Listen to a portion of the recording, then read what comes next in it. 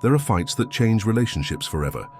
The one I had with my dad that October afternoon would certainly change ours, but not in the way I imagined. Sometimes you have to face a real nightmare to realize that some words said in anger are just that, words. "You'll never be anything in life," he had shouted, "wasting your time with those crazy music ideas." The words still echoed in my mind as I drove aimlessly through the city. 21 years of pent-up tension had exploded in 45 minutes of shouting and accusations. I ended up stopping at the Sunset Inn, one of those roadside motels that had seen better days. The receptionist barely looked up from her phone when I checked in. "Room 213, she mumbled, handing me an old key, not a key card. Stairs at the end of the hall. Breakfast from 6 to 9. The hotel seemed practically empty. My footsteps echoed on the worn carpet as I climbed the stairs, carrying only a backpack with some clothes and my laptop. The second-floor hallway was too quiet, lit by flickering fluorescent lights. Room 213 was exactly what you'd expect for $45 a night. A single bed with a thin blanket, an old TV mounted on the wall, and a tiny bathroom with yellowed tiles. I hung the "Do Not Disturb" sign on the doorknob, more out of habit than necessity. I doubted there was room service in a place like this. I spent the first hour lying on the bed, replaying the argument, typing and deleting messages to my dad. The initial anger had been replaced by a mix of sadness and exhaustion. Around 10 p.m. I decided to take a shower and try to sleep. It was during the shower that I heard the first knock on the door. 3 quick, firm knocks. I turned off the shower and waited, but nothing else happened. Probably some drunk guest confusing the rooms. I went back to showering, but a few minutes later the knocking started again. This time it was more insistent, followed by the sound of a key in the lock. I froze. The "Do Not Disturb" sign should have prevented any staff from trying to enter. "Occupied," I shouted, quickly wrapping myself in a towel. The sound of the key stopped, but I could hear footsteps slowly moving away down the hall. When I opened the bathroom door, the room was empty, but something had changed. The TV was on, hissing with static. My first reaction was to call the front desk. The phone rang several times before going to an automatic voicemail. I tried my cell phone, no signal. Typical. I dressed quickly, determined to go down and complain in person. But when I reached the door, I heard something that made me stop. A woman's voice humming in the hallway. It wasn't a song I recognized. It sounded more like an old, distorted lullaby. The voice was slowly approaching my room. I looked through the peephole. A woman around 60 years old was standing in front of my door. She wore a maid's uniform, but something was wrong. It looked too old, yellowed, as if it had been stored for decades. Her face had an expression that made my blood run cold. A smile that was too wide, eyes wide open, fixed on the door. She raised her hand, revealing an old key. She began inserting it into the lock, still humming that disturbing melody. The key slid in perfectly. "Hey!" I shouted. "There's someone in here. I'm calling the police." Her smile only grew wider. "Sweetheart." Her voice was overly sweet, artificial. "I just want to make sure you're well taken care of, like I take care of all my special boys." I shoved my suitcase against the door the exact moment she started to open it. Her smile didn't change, but her voice did. It became something guttural, angry. "Disobedient boys need to be disciplined," she growled, pushing the door. It was surreal how someone her age had so much strength. The door was slowly opening despite my weight against it. I saw her hand slip through the crack. Her fingers were too long, her nails yellowed and pointed. In her other hand, something glinted under the fluorescent light. Gardening shears. Panic gave me extra strength. I managed to slam the door shut, hearing a scream of pain as I crushed her fingers. I locked the door and pushed the dresser to block it. On the other side, she alternated between screams of rage and that disturbing lullaby. With trembling hands, I managed to call my dad.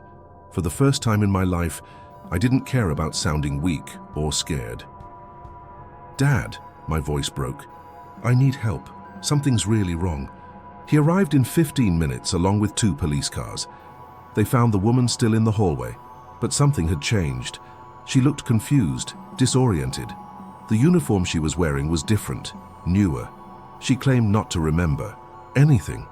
The investigation revealed a disturbing story. 30 years ago, a hotel maid had been fired after trying to attack young male guests. She committed suicide in room 213. The old uniform I had seen, along with the original master key, were never found. The woman who tried to attack me was a current employee of the hotel. She had no history of violence, but frequently experienced memory lapses. Doctors diagnosed her with a severe dissociative disorder. At the police station, she described in detail where she had found the old master key, inside a wall in room 213, along with a uniform yellowed by time. My dad took me home that night. In the car, neither of us mentioned our fight. Some experiences have the power to put everything into perspective. "I thought I'd lost you," he finally said, his voice choked, "when I heard your fear on the phone." Today, years later, our relationship is better than ever. Music is still a sensitive topic, but we've learned to talk instead of shout.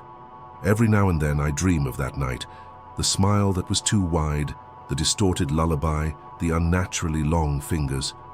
I wake up scared, but then I hear my dad in the kitchen making coffee, and I feel safe. I've never stayed in roadside motels again.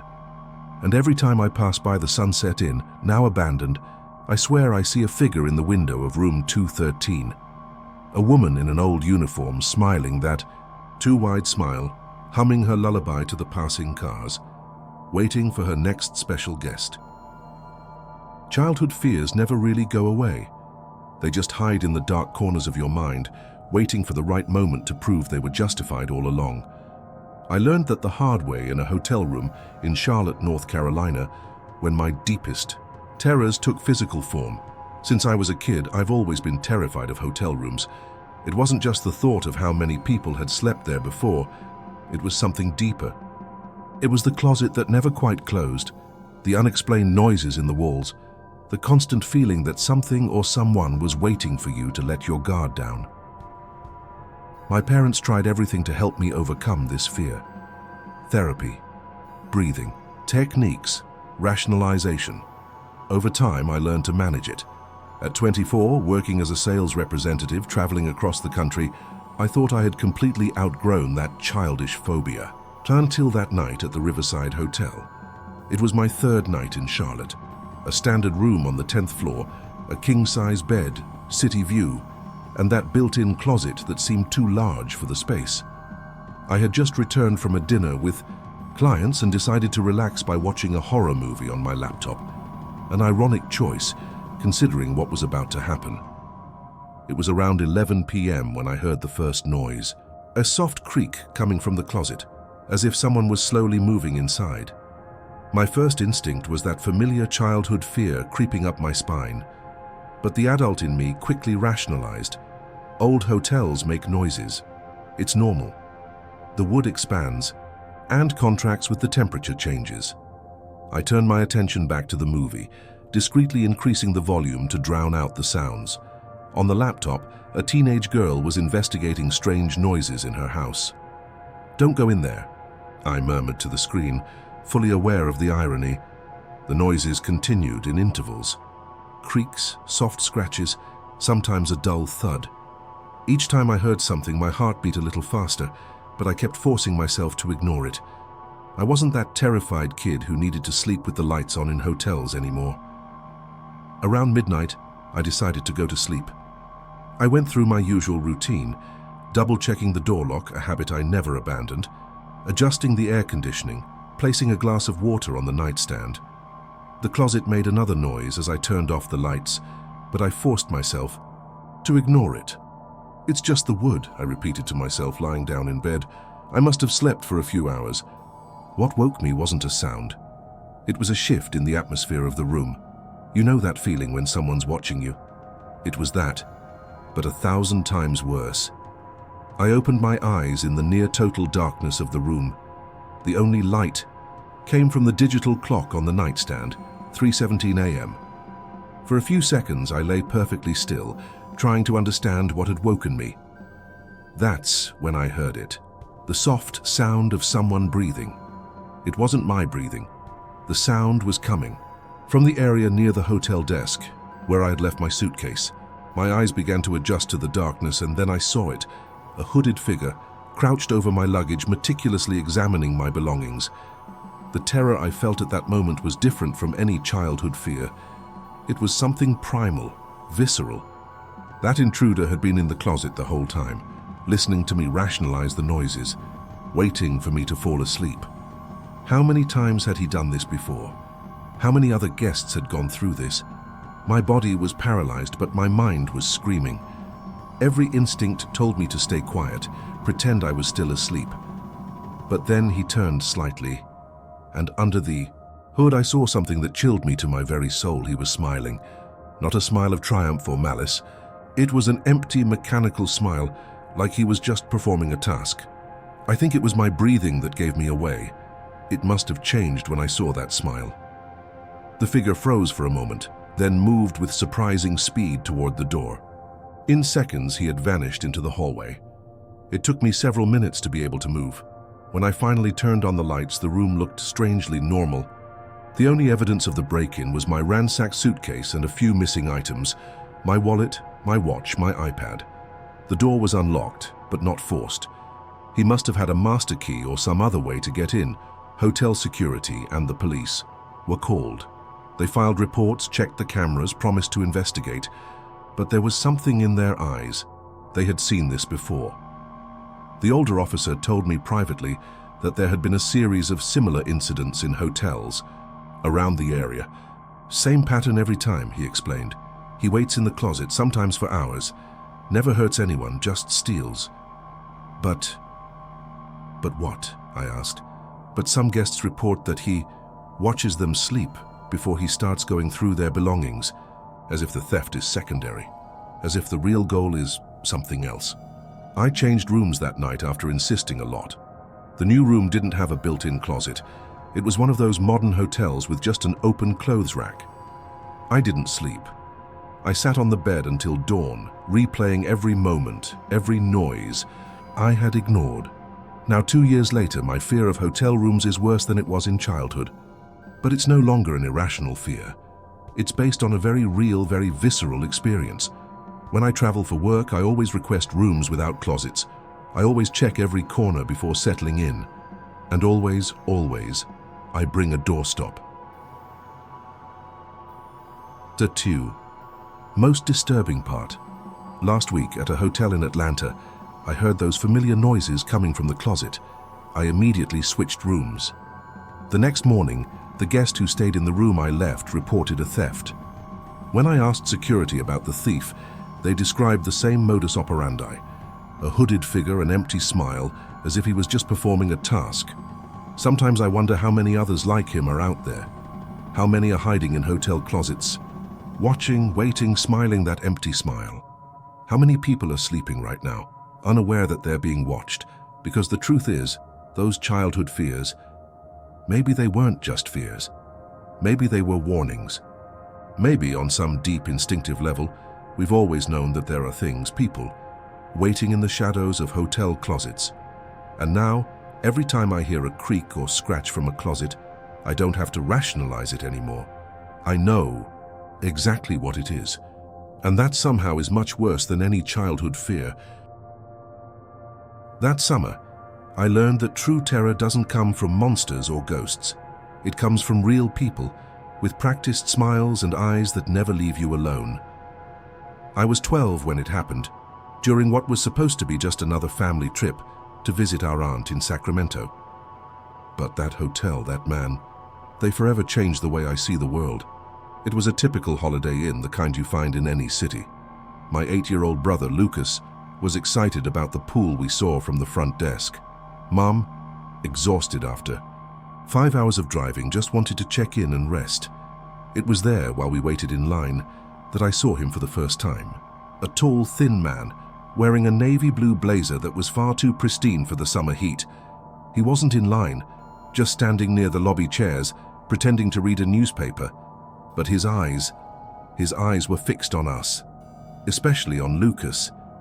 Maybe I wouldn't have noticed anything strange if it hadn't been for the way he held the newspaper, upside down. And that smile, a small constant smile, like he knew something we didn't. We stayed in room 417 on the 4th floor. Lucas immediately wanted to go to the pool, but Mom insisted we rest first. "We'll swim first thing in the morning," she promised. I lay on the bed closest to the window, watching the activity in the parking lot below. That's when I saw him again. He was standing next to a black car, looking directly at our window. Even from the 4th floor, I could see that smile. When he realized I was watching him, he waved slowly. I shut the curtain immediately, my heart pounding. The next morning, Lucas had completely forgotten about the exhaustion from the trip and practically dragged us to the pool after breakfast.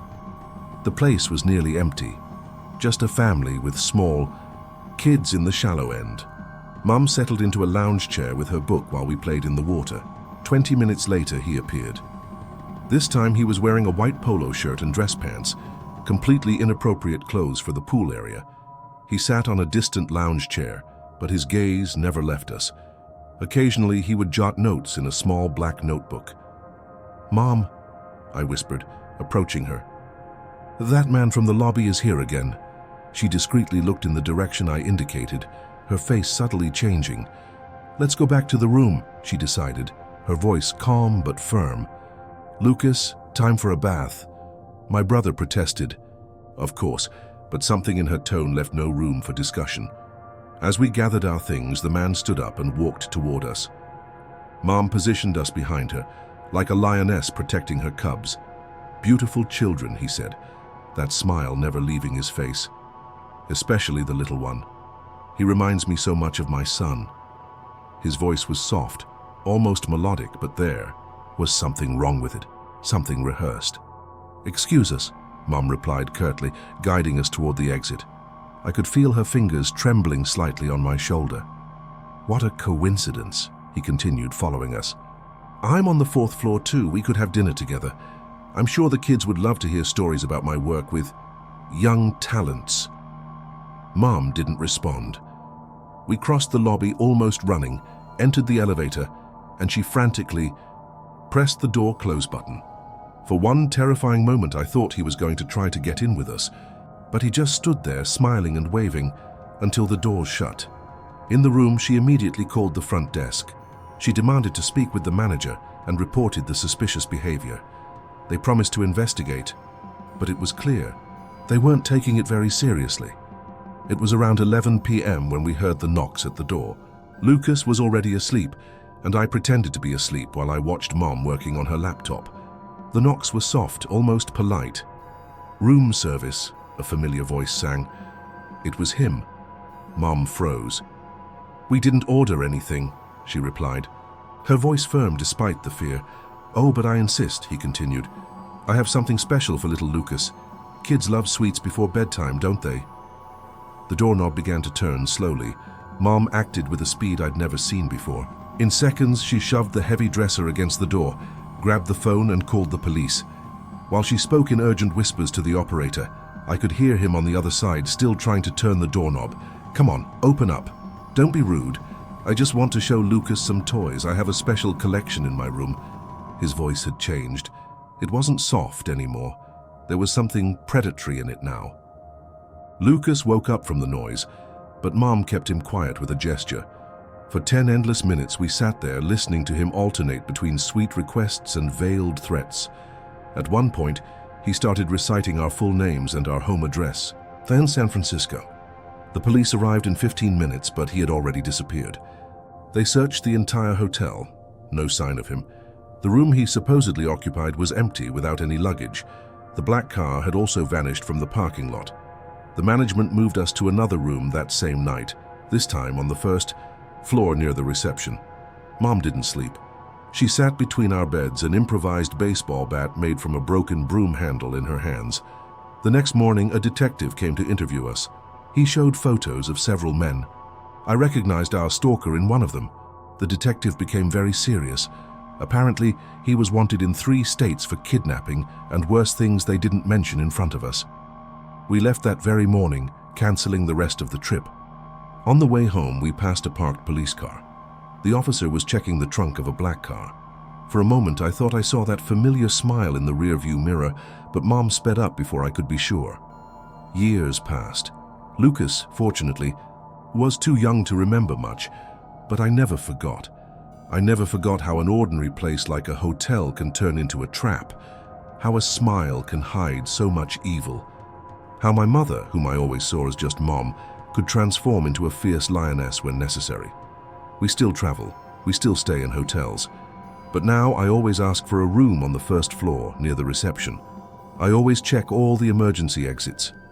And always I keep an eye on lone men with practiced smiles and eyes that never leave you alone, because I learned the hard way that real monsters don't hide under the bed. They wear expensive blazers, carry black notebooks, and know exactly how to smile while planning horrible things. And sometimes, when I'm in a hotel and see someone reading a newspaper upside down, I still feel that familiar chill run down my spine. If these stories gave you chills and made you reconsider your next night at a hotel, then you know what to do. Subscribe to the channel, leave a like, and hit the bell so you don't miss any of our upcoming disturbing tales. And if you've experienced something unexplainable or know someone who's had a frightening encounter, share it in the comments. Who knows, maybe your story will become the next video on the channel. Oh, and don't forget to tell us which of these stories chilled you the most. We can't wait to find out. See you in the next video, if you have the courage to come back.